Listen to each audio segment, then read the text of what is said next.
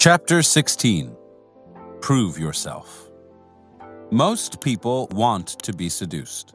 If they resist your efforts, it's probably because you haven't gone far enough to allay their doubts about your motives, the depth of your feelings, and so on. One well-timed action that shows how far you are willing to go to win them over will dispel their doubts. Don't worry about looking foolish or making a mistake. Any kind of deed that is self-sacrificing and for your target's sake will so overwhelm their emotions they won't notice anything else.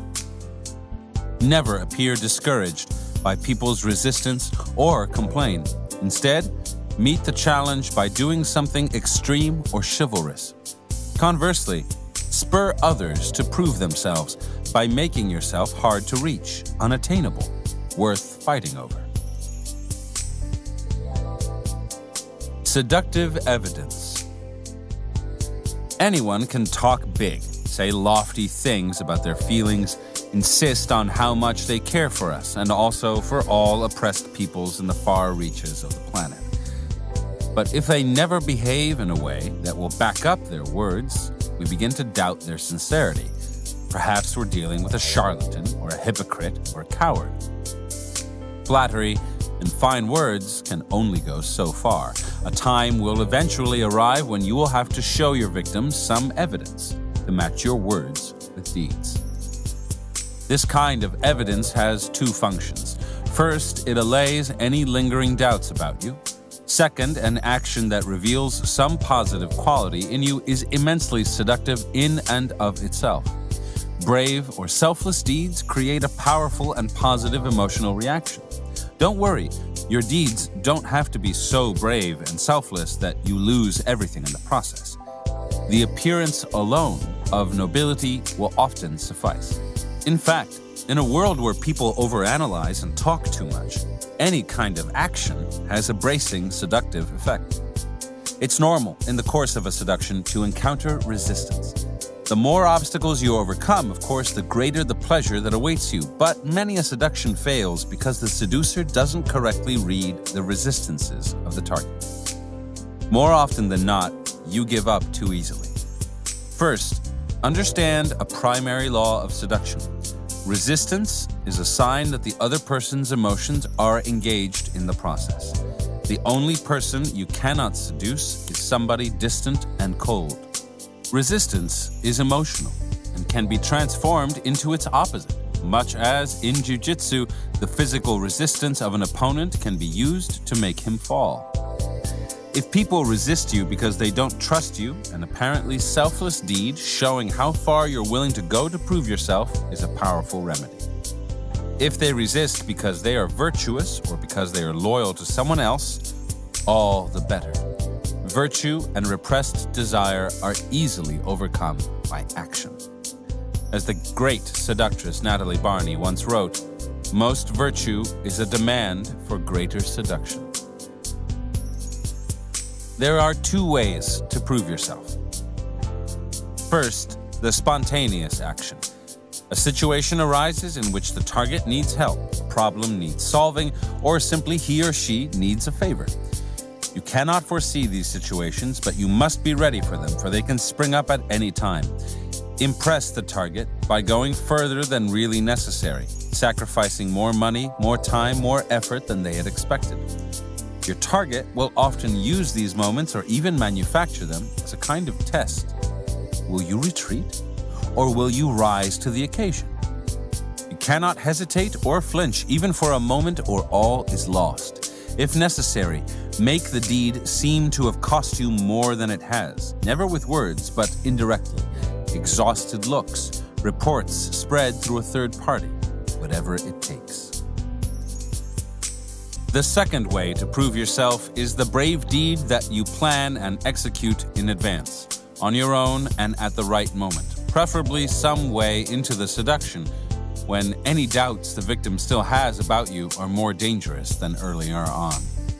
Choose a dramatic, difficult action that reveals the painful time and effort involved. Danger can be extremely seductive.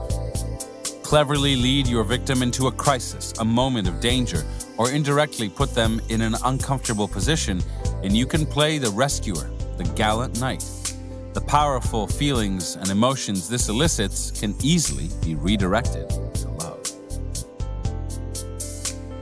Some examples. Number 1.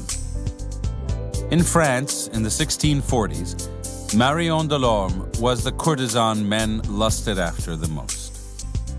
Renowned for her beauty, she had been the mistress of Cardinal Richelieu, among other notable political and military figures. To win her bed was a sign of achievement. For weeks, the rake, Count Grammont, had wooed Delorme, and finally she had given him an appointment for a particular evening.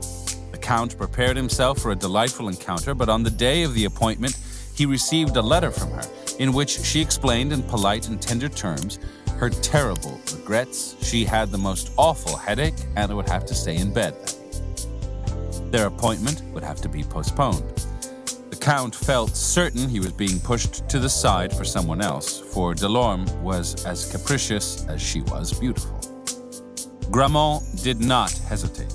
At nightfall, he rode to the Marais where Delorme lived and scouted the area. In a square near her home, he spotted a man approaching on foot. Recognizing the Duc de Brissac, he immediately knew that this man was to supplant him in the courtesan's bed.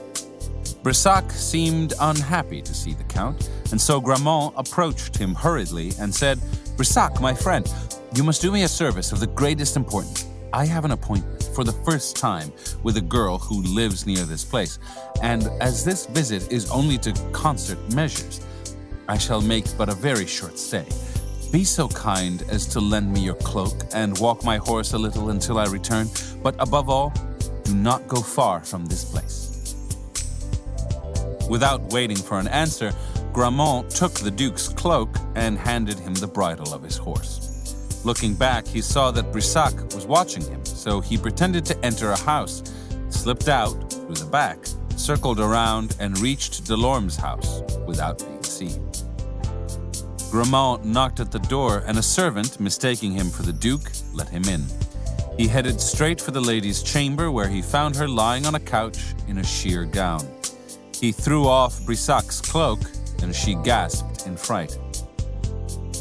"What's the matter, my fair one?" he asked. "Your headache, to all appearance, is gone?" She seemed put out, exclaimed she still had the headache, and insisted that he leave. It was up to her, she said, to make or break appointments. "Madam," Grammont said calmly, "I know what perplexes you. You are afraid lest Brissac should meet me here, but you may make yourself easy on that account." He then opened the window and revealed Brissac out in the square, dutifully walking back and forth with a horse like a common stable boy. He looked ridiculous.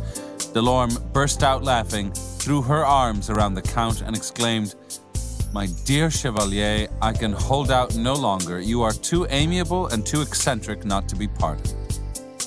He told her the whole story, and she promised that the Duke could exercise horses all night, but she would not let him in. They made an appointment for the following evening. Outside, the Count returned the cloak, apologized for taking so long, and thanked the Duke. Brissac was most gracious, even holding Grammont's horse for him to mount and waving goodbye as he rode off. Interpretation. Count Grammont knew that most would-be seducers give up too easily. Mistaking capriciousness or apparent coldness is a sign of a genuine lack of interest. In fact, it can mean many things. Perhaps the person is testing you, wondering if you're really serious. Prickly behavior is exactly this kind of test. If you give up at the first sign of difficulty, you obviously do not want them that much. Or it could be that they themselves are uncertain about you, or are trying to choose between you and someone else. In any event, it's absurd to give up. One incontrovertible demonstration of how far you're willing to go will overwhelm all doubts. It will also defeat your rivals, since most people are timid, worried about making fools of themselves, and so rarely risk anything. When dealing with difficult or resistant targets, it's usually best to improvise the way Grammont did. If your action seems sudden and a surprise, it will make them more emotional, loosen them up. A little roundabout accumulation of information, a little spying, is always a good idea. Most important is the spirit in which you enact your proof. If you're light-hearted and playful, if you make the target laugh, proving yourself and amusing them at the same time, it won't matter if you mess up, or if they see you've employed a little trickery. They will give in to the pleasant mood you've created. Notice that the Count never whined or grew angry or defensive. All he had to do was pull back the curtain and reveal the Duke walking his horse, melting Delorme's resistance with laughter. In one well-executed act, he showed what he would do for a knight of her favors.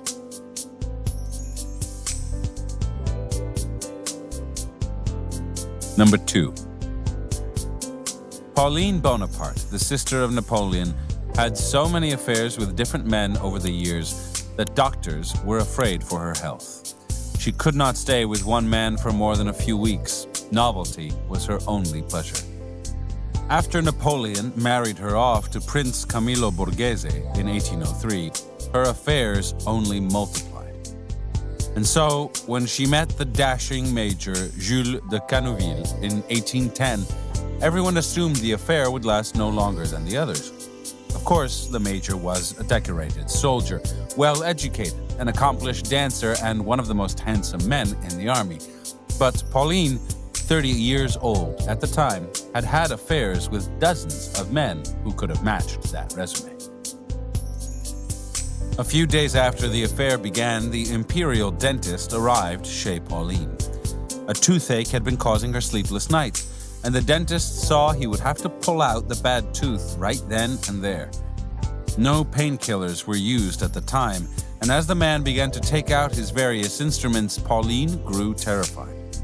Despite the pain of the tooth, she changed her mind and refused to have it pulled. Major Canouville was lounging on a couch in a silken robe. Taking all this in, he tried to encourage her to have it done. A moment or two of pain and it's over forever. A child could go through with it and not utter a sound, he said. I'd like to see you do it, she said. Canouville got up, went over to the dentist, chose a tooth in the back of his own mouth, and ordered that it be pulled. A perfectly good tooth was extracted, and Canouville barely batted an eyelash. After this, not only did Pauline let the dentist do his job, her opinion of Canouville changed. No man had ever done anything like this for her before. The affair had been going to last but a few weeks. Now it stretched on. Napoleon was not pleased. Pauline was a married woman. Short affairs were allowed, but a deep attachment was embarrassing. He sent Canouville to Spain to deliver a message to a general there. The mission would take weeks, and in the meantime, Pauline would find someone else.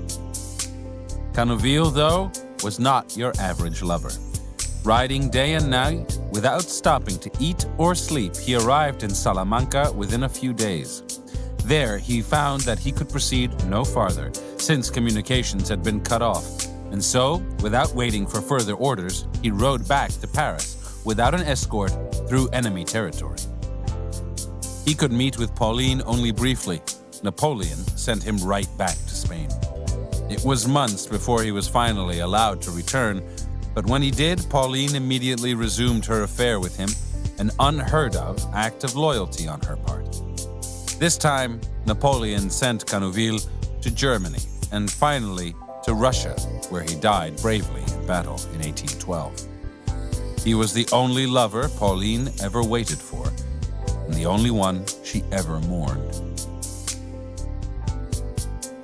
Interpretation. In seduction, the time often comes when the target has begun to fall for you, but suddenly pulls back. Your motives have begun to seem dubious. Perhaps all you are after is sexual favors, or power, or money. Most people are insecure, and doubts like these can ruin the seductive illusion.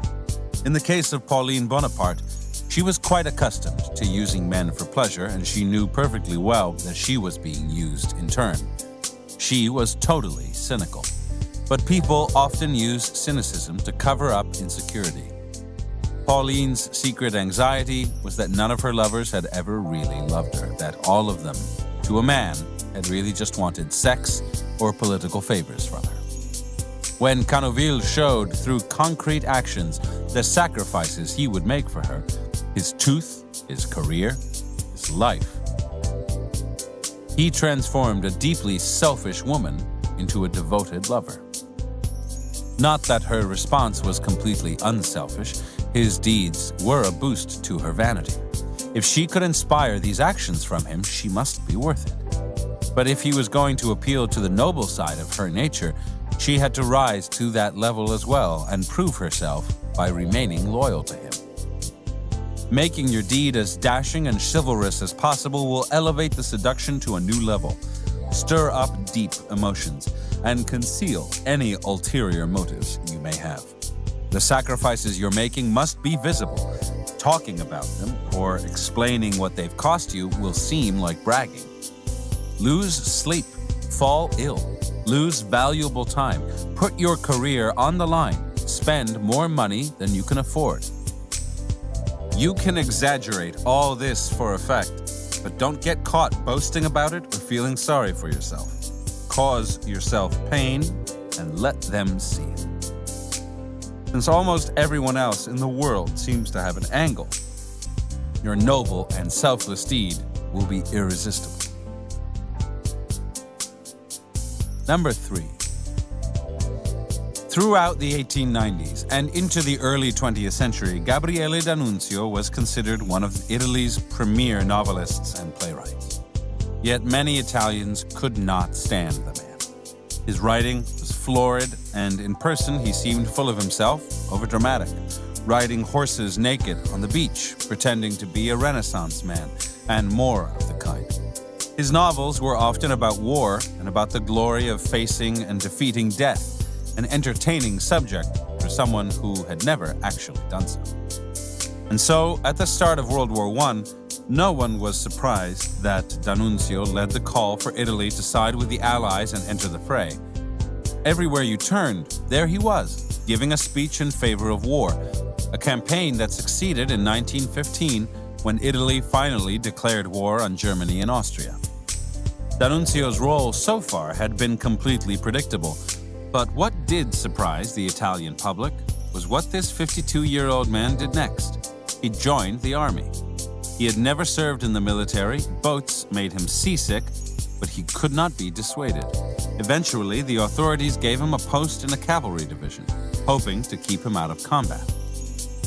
Italy had little experience in war, and its military was somewhat chaotic.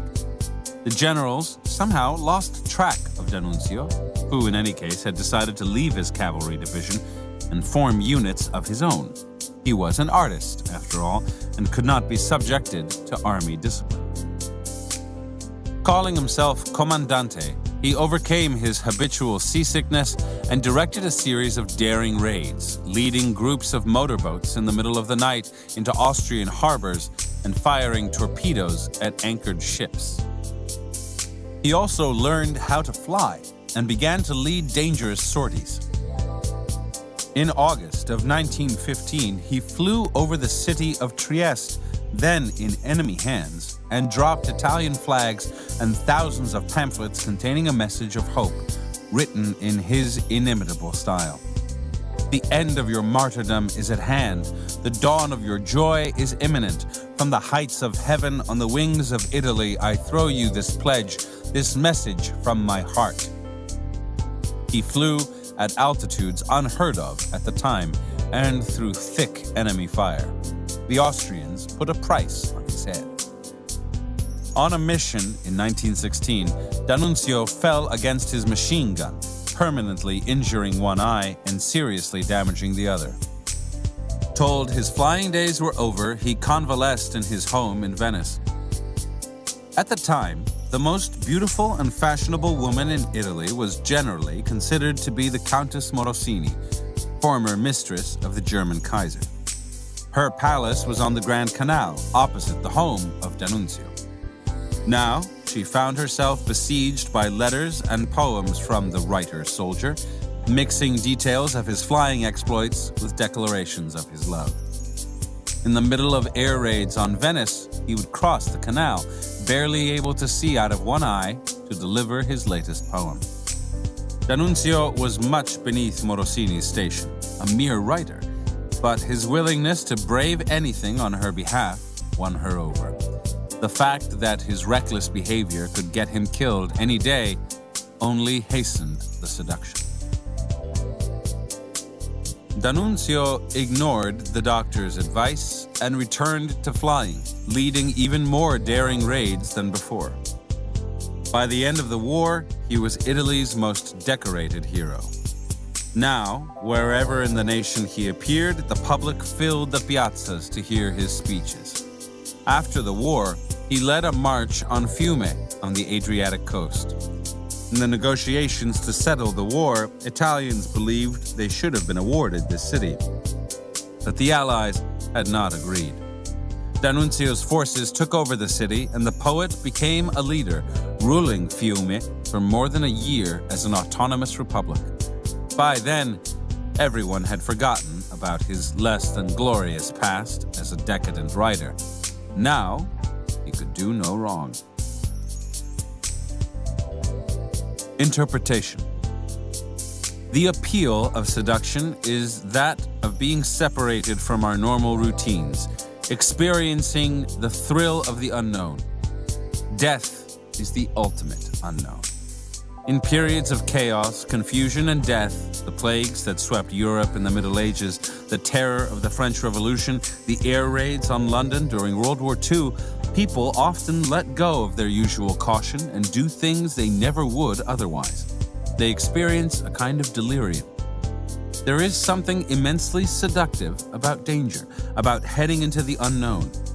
Show that you have a reckless streak and a daring nature, that you lack the usual fear of death, and you are instantly fascinating to the bulk of humanity. What you are proving in this instance is not how you feel toward another person, but something about yourself. You are willing to go out on a limb. You're not just another talker and braggart. It's a recipe for instant charisma. Any political figure, Churchill, de Gaulle, Kennedy, who has proven himself on the battlefield, has an unmatchable appeal. Many had thought of D'Annunzio as a foppish womanizer. His experience in the war gave him a heroic sheen, a Napoleonic aura. In fact, he had always been an effective seducer, but now he was even more devilishly appealing. You do not necessarily have to risk death, but putting yourself in its vicinity will give you a seductive charge. It's often best to do this some way into the seduction, making it come as a pleasant surprise. You are willing to enter the unknown. No one is more seductive than the person who has had a brush with death. People will be drawn to you. Perhaps they're hoping that some of your adventurous spirit will rub off on them. Number 4. According to one version of the Arthurian legend, the great knight Sir Lancelot once caught a glimpse of Queen Guinevere, King Arthur's wife, and that glimpse was enough. He fell madly in love. And so when word reached him that Queen Guinevere had been kidnapped by an evil knight, Lancelot did not hesitate. He forgot his other chivalrous tasks and hurried in pursuit. His horse collapsed from the chase, so he continued on foot. Finally, it seemed that he was close, but he was exhausted and could go no farther. A horse-driven cart passed by. The cart was filled with loathsome-looking men shackled together. In those days, it was the tradition to place criminals, murderers, traitors, cowards, thieves in such a cart, which then passed through every street in town so that people could see it. Once you had ridden in the cart, you lost all feudal rights for the rest of your life. The cart was such a dreadful symbol that seeing an empty one made you shiver and give the sign of the cross. Even so, Sir Lancelot accosted the cart's driver, a dwarf. "In the name of God, tell me if you've seen my lady, the queen, pass by this way," he said. "If you want to get into this cart I'm driving," said the dwarf, "by tomorrow you'll know what has become of the queen." Then, he drove the cart onward. Lancelot hesitated for but 2 of the horse's steps, then ran after it and climbed in. Wherever the cart went, townspeople heckled it. They were most curious about the knight among the passengers. What was his crime?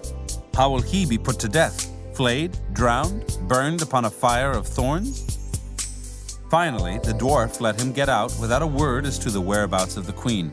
To make matters worse, no one now would go near or talk to Lancelot, for he had been in the cart. He kept on chasing the queen, and all along the way he was cursed at, spat upon, challenged by other knights. He had disgraced knighthood by riding in the cart.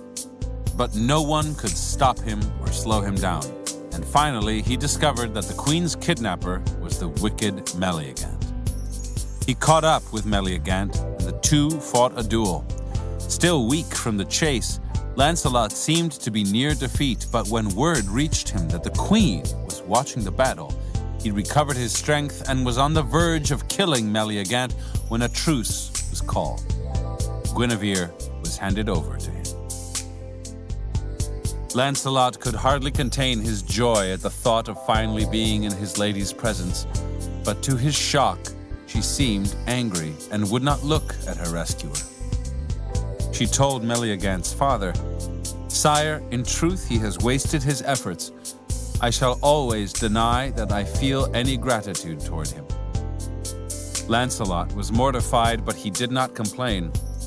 Much later, after undergoing innumerable further trials, she finally relented, and they became lovers.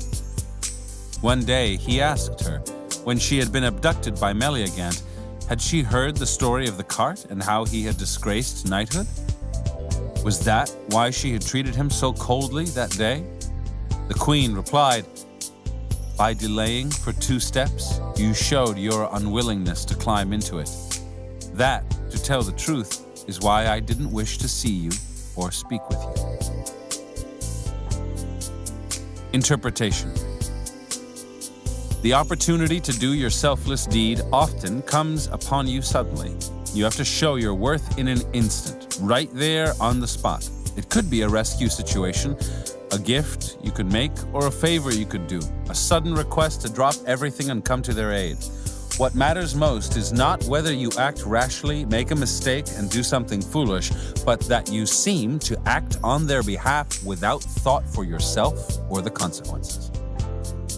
At moments like these, hesitation, even for a few seconds, can ruin all the hard work of your seduction, revealing you as self-absorbed, unchivalrous, and cowardly. This, at any rate, is the moral of Chrétien de Troyes' 12th century version of the story of Lancelot. Remember, not only what you do matters, but how you do it. If you are naturally self-absorbed, learn to disguise it. React as spontaneously as possible, exaggerating the effect by seeming flustered, overexcited, even foolish. Love has driven you to that point. If you have to jump into the cart for Guinevere's sake, make sure she sees that you do it without the slightest hesitation. Number 5. In Rome, sometime around 1531, word spread of a sensational young woman named Tullia d'Aragona. By the standards of the period, Tullia was not a classic beauty. She was tall and thin, at a time when the plump and voluptuous woman was considered the ideal. And she lacked the cloying, giggling manner of most young girls who wanted masculine attention. No, her quality was nobler. Her Latin was perfect. She could discuss the latest literature. She played the lute and sang. In other words, she was a novelty. And since that was all most men were looking for, they began to visit her in great numbers. She had a lover, a diplomat, and the thought that one man had won her physical favors drove them all mad.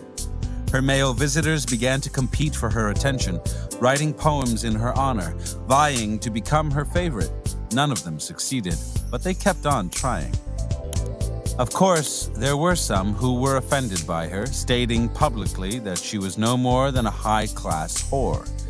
They repeated the rumor, perhaps true, that she had made older men dance while she played the lute, and if their dancing pleased her, they could hold her in their arms. To Tullia's faithful followers, all of noble birth, this was slander. They wrote a document that was distributed far and wide.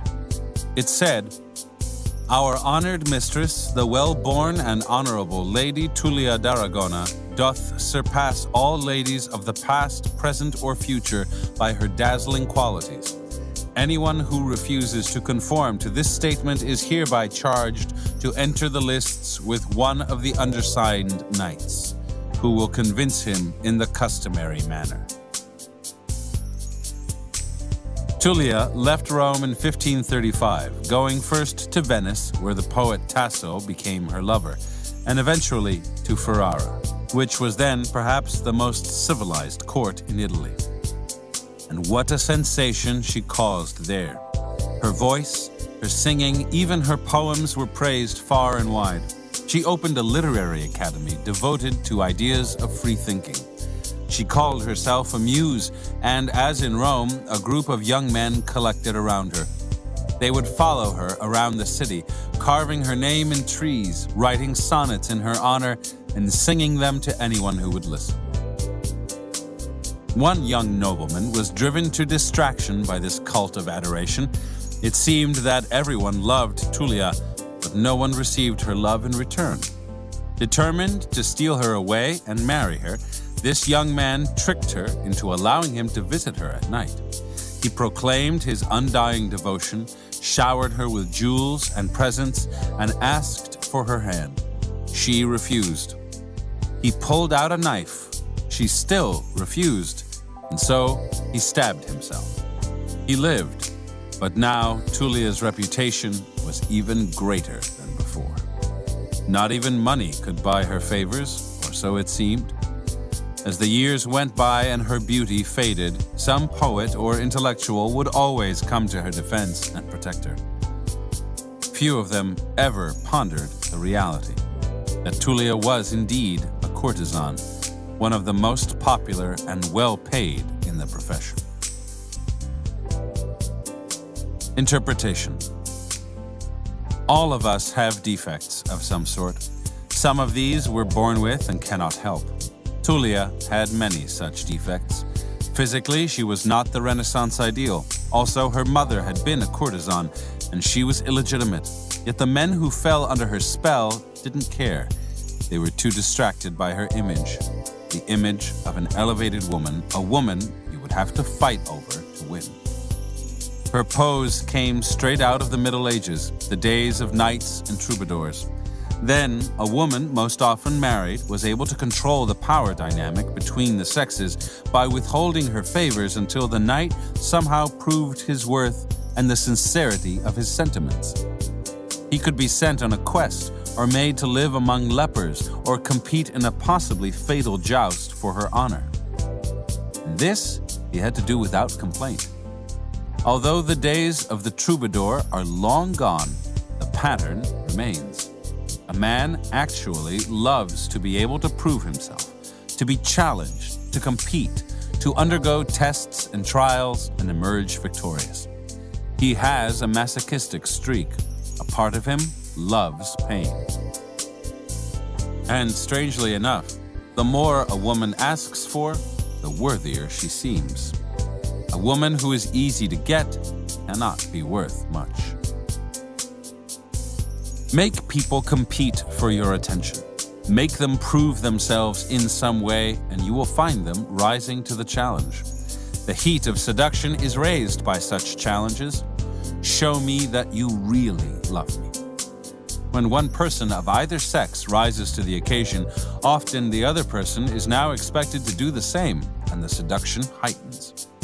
By making people prove themselves, too, you raise your value and cover up your defects. Your targets are too busy trying to prove themselves to notice your blemishes and faults. Reversal. When trying to prove that you are worthy of your target, remember that every target sees things differently. A show of physical prowess will not impress someone who doesn't value physical prowess. It will just show that you're after attention, flaunting yourself. Seducers must adapt their way of proving themselves to the doubts and weaknesses of the seduced. For some, fine words are better proofs than daredevil deeds, particularly if they are written down. With these people, show your sentiments in a letter, a different kind of physical proof, and one with more poetic appeal than some showy bit of action. Know your target well and aim your seductive evidence at the source of their doubts or resistance.